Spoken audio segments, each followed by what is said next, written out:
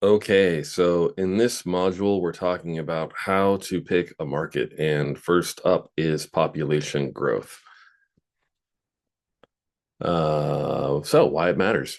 Um, this might seem obvious, but just in case, the more people that are moving to an area, the higher the demand is for housing, and therefore the higher potential rents and property value increases that are going to occur.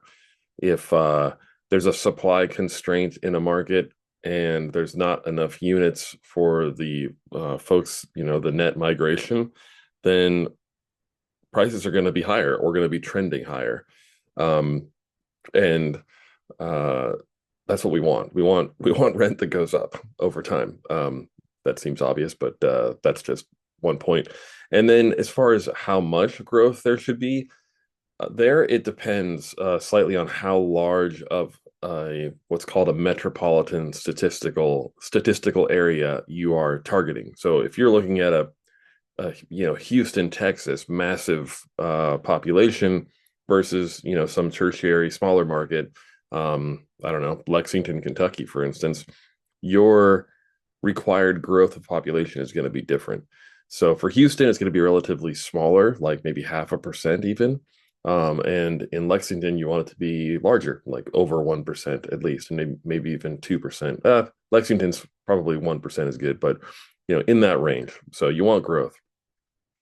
And um, as far as uh, other things to consider, so what if the population isn't growing? What if it's shrinking?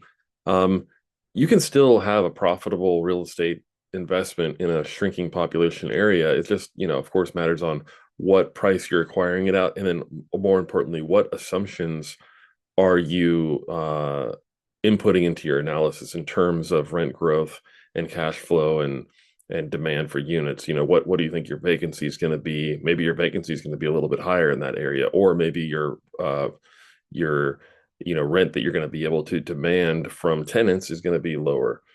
And those two things play together as well. I mean, obviously, if you have the cheapest place in town, your vacancy is going to be a lot lower because everyone's going to want to live there, versus some other places, all else being equal.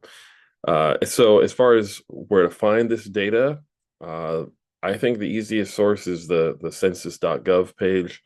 You can dig in there into their data, and they have data going back for a long time. But typically, you're going to want to look at the last 10 years. And right now, they have it broken up where there's a data set that's 2010 to 2019, and then they have 2020 to 2023. So you'll have to combine those two data sets and then to calculate the average growth over that time.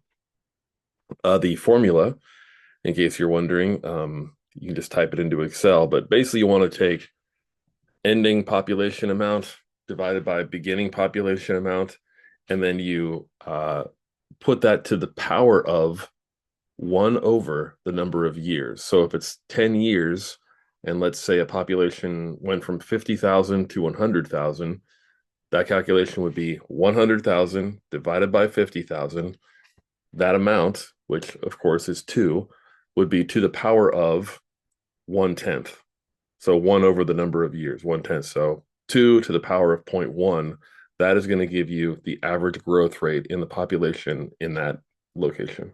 And you can apply that to um, any place.